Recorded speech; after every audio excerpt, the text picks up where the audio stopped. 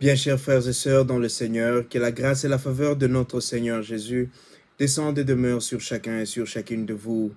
Aujourd'hui, l'Église nous invite et nous appelle à célébrer la solennité de la très sainte Trinité, la solennité de notre foi, la foi que nous proclamons dans notre credo. Nous proclamons notre foi en Dieu le Père, le Fils et l'Esprit Saint. Et aujourd'hui, nous sommes appelés à célébrer c'est fondamental de notre foi. Avant de commencer l'homélie d'aujourd'hui, je tenais à continuer à vous dire merci. Merci pour votre présence, merci pour le bien que vous nous faites. Merci de rester fidèle à notre chaîne, à notre famille. Aime et sois patient et patiente. Merci d'être toujours avec moi sur ce cheminement. Je voudrais aussi continuer de nous demander de prier pour les régions dans le monde qui sont dans des troubles, des régions qui connaissent la guerre.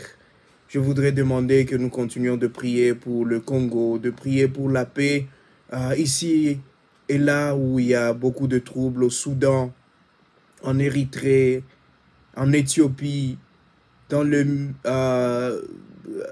la Terre Sainte aussi, c'est une terre qui est dans la guerre. Et les États-Unis, nous avons des villes qui maintenant sont en guerre, qui maintenant sont divisées. Prions pour que le Seigneur nous redonne la soif de l'unité, la soif de vivre comme une famille. Et je pense que quand nous célébrons la Sainte Trinité, c'est à cela que nous sommes appelés. Nous sommes appelés à regarder trois aspects, je pense, qui sont des aspects importants de notre vie de chrétiens et que nous sommes en train de perdre aujourd'hui, que la communauté humaine, que la société humaine est en train de perdre, et même dans l'Église, nous sommes en train de perdre ces valeurs-là. Et je pense que la solennité de la Sainte Trinité vient pour nous rappeler ces valeurs-là. Et la première valeur que nous célébrons, c'est l'unité dans la diversité. Quand nous regardons la Trinité Sainte, nous voyons un seul Dieu en trois personnes. Un Dieu qui se manifeste en trois personnes. Et les trois personnes sont le Père, le Fils et l'Esprit Saint. Et Dieu, quand nous parlons de la création, nous voyons le Père. Quand nous parlons de la rédemption, de notre salut, nous voyons le Fils. Et quand nous parlons de la sanctification, nous voyons l'Esprit Saint. Mais tous sont un. Et comme Jésus dit dans sa prière, que nous soyons un, comme lui est un dans le Père et dans l'Esprit. Et chaque fois que nous, catholiques, nous prions toujours, par exemple, nous prions le Père par le Fils dans l'Esprit. Et même si nous prions le Fils, nous le prions pour que le Fils intercède pour nous auprès du Père dans l'Esprit Saint. Il y a toujours comme une unité quand nous prions. Il y a toujours ces trois personnes qui interviennent. Et même quand nous regardons ce que font ces personnes-là, la création. Dans la création, il y a toujours les trois personnes qui interviennent. Dans la rédemption, les trois personnes sont là. Dans la sanctification, les trois personnes sont là. Le Père crée par la parole, qui est le Fils. Et le Père donne son esprit pour que les créatures vivent, pour que les créatures deviennent vivantes. Et même l'homme, quand il est créé, l'homme est créé et le Père souffle. Le Père donne l'esprit et l'homme devient vivant. Voilà. Voilà cette présence de la Trinité. Voilà cette présence du Seigneur qui est Père, Fils et Esprit. La rédemption. Le Fils est envoyé par le Père pour sauver le monde. Et lorsque Jésus meurt sur la croix, Saint Jean nous dit, il rend l'Esprit. Jésus, l'Esprit Saint, est descendu sur lui depuis son baptême. Et il marche dans l'Esprit Saint. C'est l'Esprit qui accomplit l'œuvre. Et lorsqu'il veut partir, il dit à ses disciples, et dans l'évangile d'aujourd'hui, nous l'avons entendu, il va envoyer l'Esprit qui vient du Père et qui leur dira tout ce qui n'est pas tout ce que l'Esprit veut dire, mais tout lui dira tout ce qu'il a entendu. Et donc, il y a toujours cette unité. Ils sont différents, mais il y a toujours une unité. Ils sont un, ils sont coordonnés. Et ce qui nous amène à la deuxième vérité, à la deuxième réalité de notre foi, la collaboration au cœur de la mission. Je viens de le dire, il n'y a pas le Père sans le Fils et sans l'Esprit. Il n'y a jamais l'un sans les autres. Et ça, c'est une grande interpellation pour nous chrétiens, pour nous qui nous appelons du nom de chrétiens. Comment est-ce que nous travaillons? Comment est-ce que nous collaborons dans nos missions? Nous avons des petites entités ici et là. Nous avons des différentes places où nous travaillons, où nous œuvrons comme chrétiens. Mais comment est-ce que nous arrivons à collaborer? Comment est-ce que nous arrivons à faire un dans nos travaux, dans nos missions? Nous sommes une église. Nous avons beaucoup de différents apostolats dans l'église. Nous avons beaucoup de personnes qui travaillent dans différents secteurs de la vie de l'église. Mais comment est-ce que nous collaborons? Est-ce que nous savons travailler ensemble? Est-ce que nous savons apporter chacun ce qu'il a pour que l'œuvre avance? Ou bien c'est chacun qui veut être vu? Ou bien c'est chacun qui veut être pionnier? Ou bien c'est chacun qui veut que son nom soit inscrit dans un marbre? Tu as commencé une œuvre, tu peux laisser les autres avancer. Tu as planté, les autres peuvent arroser. Quelqu'un d'autre peut sarcler. Quelqu'un d'autre peut récolter. Ce n'est pas seulement toi. Ce n'est pas parce que j'ai commencé, je dois nécessairement finir. Et ça tue l'Église aujourd'hui. Ça tue les chrétiens aujourd'hui dans leur rapport entre eux, dans leur rapport avec leur pasteur. Parce que ce curé est là, il doit rester là-bas. Non. Il a un temps. Il a fait sa part et il peut partir. Et c'est cela que nous devons avoir à l'esprit. Est-ce que là où je suis, je fais ma part de la mission? Est-ce que j'ai pris ma part de croix, comme dirait Paul? Pour que lorsque le temps de partir viendra, le Seigneur qui a pourvu à ma mission pourvoira à la mission de celui qui viendra après moi. Le Seigneur qui pourvoit toujours à la mission de ses enfants, à la vie de son Église, il pourvoira encore.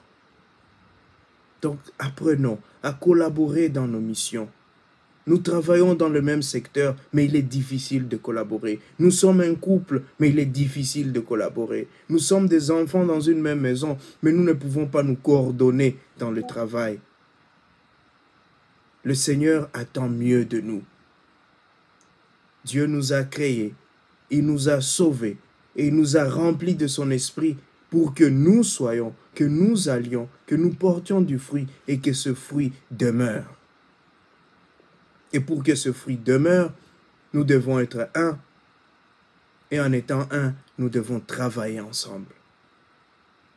Et pour travailler ensemble, il y a quelque chose de très fondamental, et c'est cela même le principe de la Sainte Trinité, c'est l'amour. C'est l'amour. L'amour est le socle. L'amour est la base de l'unité. Si nous voulons être un, nous devons nous aimer. Si tu veux travailler avec quelqu'un, si tu veux collaborer avec quelqu'un, tu dois d'abord aimer cette personne. Parce que quand j'aime une personne, je fais un effort d'écouter la personne. Je fais un effort de penser que cette personne est juste, de donner le bénéfice du doute à cette personne-là. Et la personne qui m'aime fera en sorte que notre travail soit un travail bien, soit un travail bien accompli. La personne mettra des mécanismes en œuvre pour que, en étant ensemble, nous puissions porter du fruit. Et donc, l'amour dans ce que nous faisons.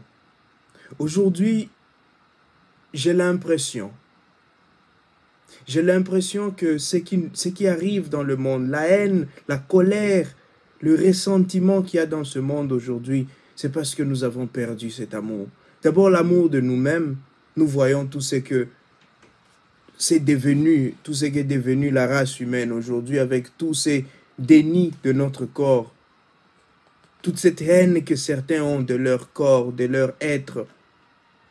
Et c'est cela que nous transmettons. C'est cela qui se projette au dehors. Est-ce que nous aimons l'Église?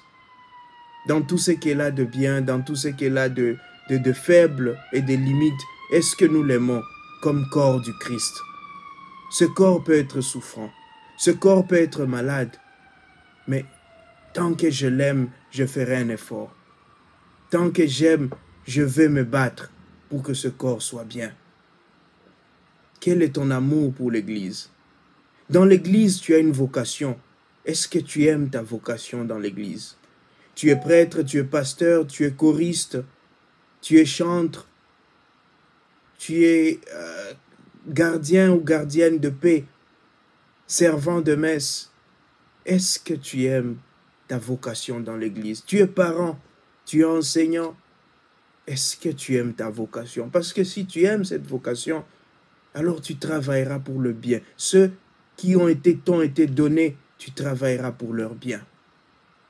Et donc c'est une grande interpellation. La célébration de la solennité de la Sainte Trinité est une interpellation pour nous chrétiens aujourd'hui. Nous en sommes capables parce que l'Esprit de Dieu est en nous. Jésus a promis d'être avec nous tous les jours jusqu'à la fin des temps. Le Père nous a créés par amour, à son image et à sa ressemblance. Vous imaginez, nous sommes à l'image et à la ressemblance de la Trinité Sainte. Ça veut dire que, quelque part, nous sommes différents, mais unis. Quelque part, nous devons collaborer dans notre mission. Quelque part, notre collaboration doit avoir pour fondement l'amour. C'est cela. C'est cela notre identité. C'est cela la base de notre foi.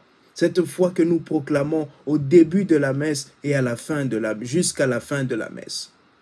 Le signe de la croix que nous faisons, ce symbole fort, certains nous critiquent, nous catholiques, mais nous devons savoir, et quand tu es catholique, tu dois te rappeler que le signe de la croix, c'est par ce signe que tu as vaincu le mal. C'est par ce signe que Jésus a vaincu le mal et que toi aussi tu vaincras le mal. Et donc, n'aie pas peur de faire le signe de la croix. N'aie pas peur de dire cette prière au nom du Père et du Fils et du Saint-Esprit. Lorsque tu dis au nom du Père et du Fils et du Saint-Esprit, tu te marques.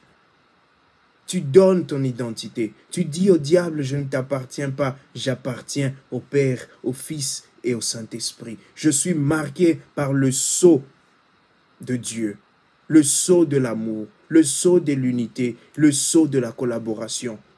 Voilà mon identité, voilà ma marque, voilà ce qui me distingue de tout le monde. Que le Seigneur nous donne cette grâce, la grâce de savoir combien nous sommes spéciaux, combien nous avons quelque chose que le monde envie, que le diable envie, et combien nous sommes appelés à transmettre cela au monde, à donner ces cadeaux que nous avons reçus gratuitement, à le donner aussi gratuitement au monde.